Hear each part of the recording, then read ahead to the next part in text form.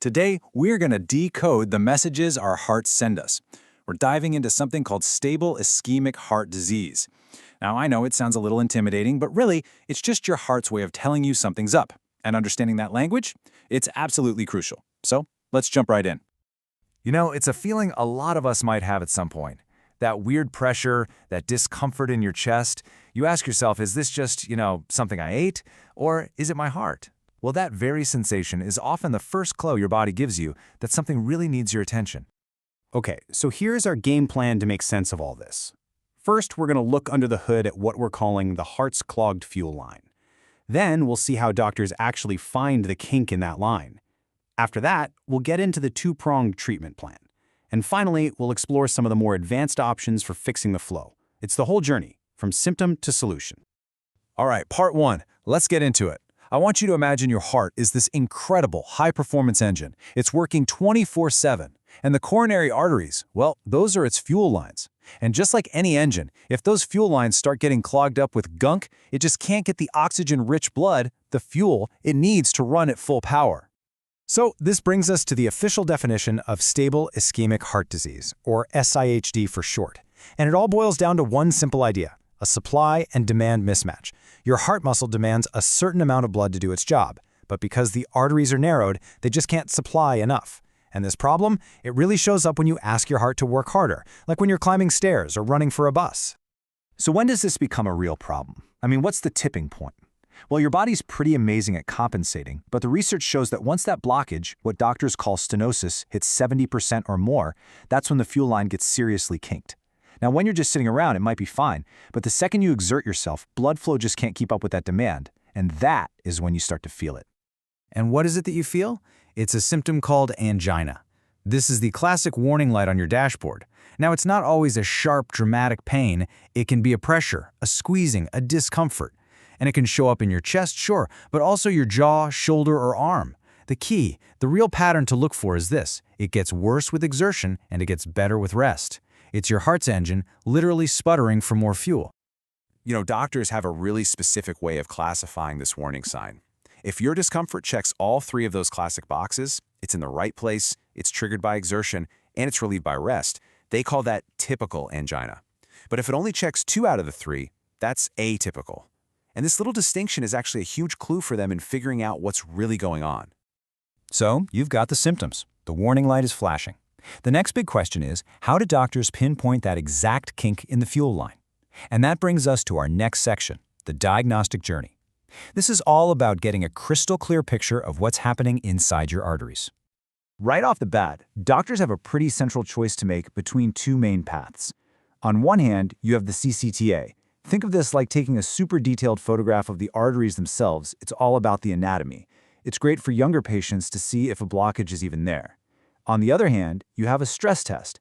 This is all about testing the function, putting the engine under a bit of load to see how it performs. This is often the go-to for older patients where some level of blockage is more likely. Now, if you end up going the stress test route, you're probably going to hear about something called the bruise protocol. It sounds intense, but it's really just a standardized way to safely and gradually make your heart work a little harder. Every few minutes, they bump up the speed and the incline of the treadmill. They're basically pushing the engine step by step to see at what point, if any, it starts to show signs of strain. And after the test, the results aren't just a simple pass or fail. All the data gets crunched into what's called a Duke's treadmill score. It's a really clever system that neatly categorizes your risk.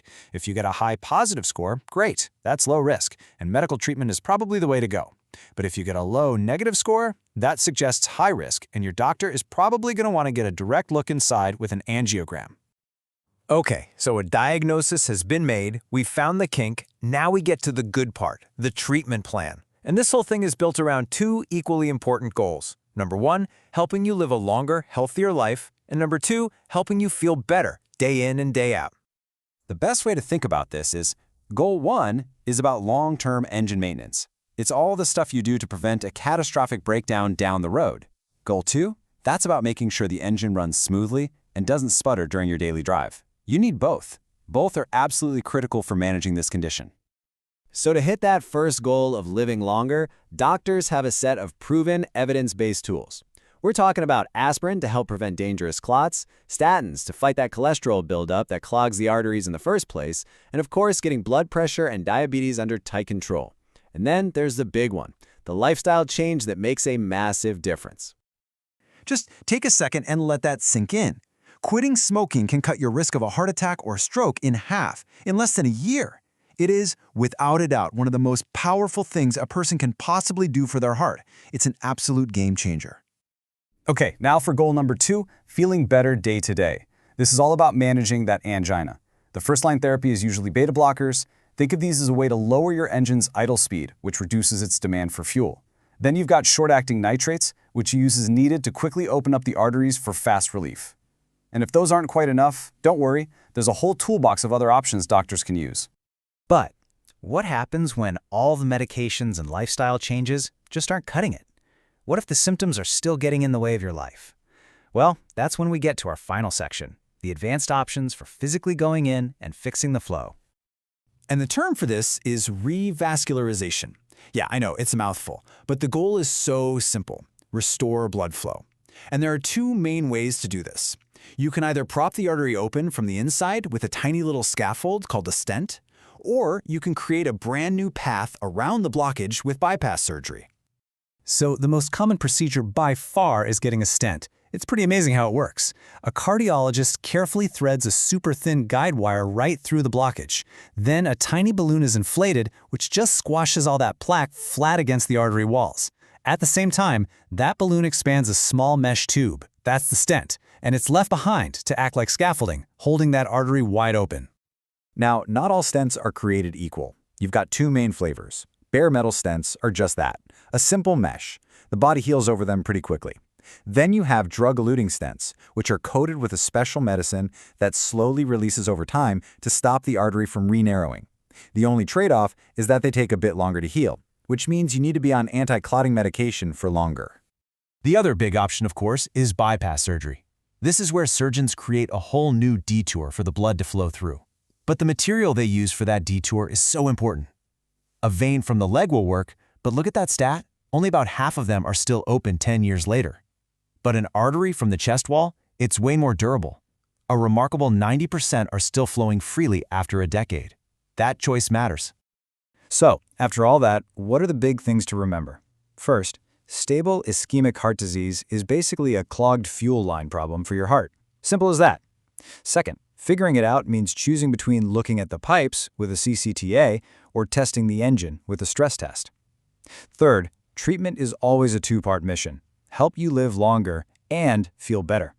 And finally, when you need it, we have incredible technology like stents and surgery that can physically go in and restore the flow.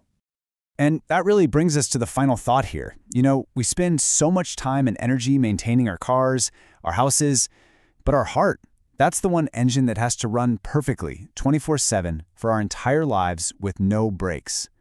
Knowing the warning signs is the first step, but the next step is personal.